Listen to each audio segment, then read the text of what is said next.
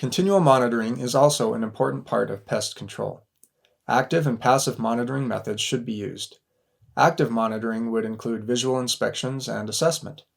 Passive monitoring would include devices that are left in place for extended periods of time to monitor what can't be monitored in a single instance of active monitoring. Mechanical rodent control devices, pheromone traps, glue boards, insect light traps, and tools like that are available for continuous passive monitoring. Your pest control professional can help you design an effective passive monitoring program that employs the right tools.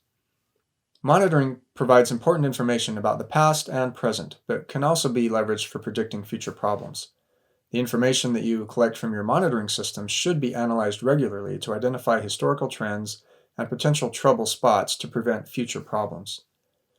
Data needed for the trend analysis most often comes from the following pest control records: pest sighting logs, pest management service records, and inspection records.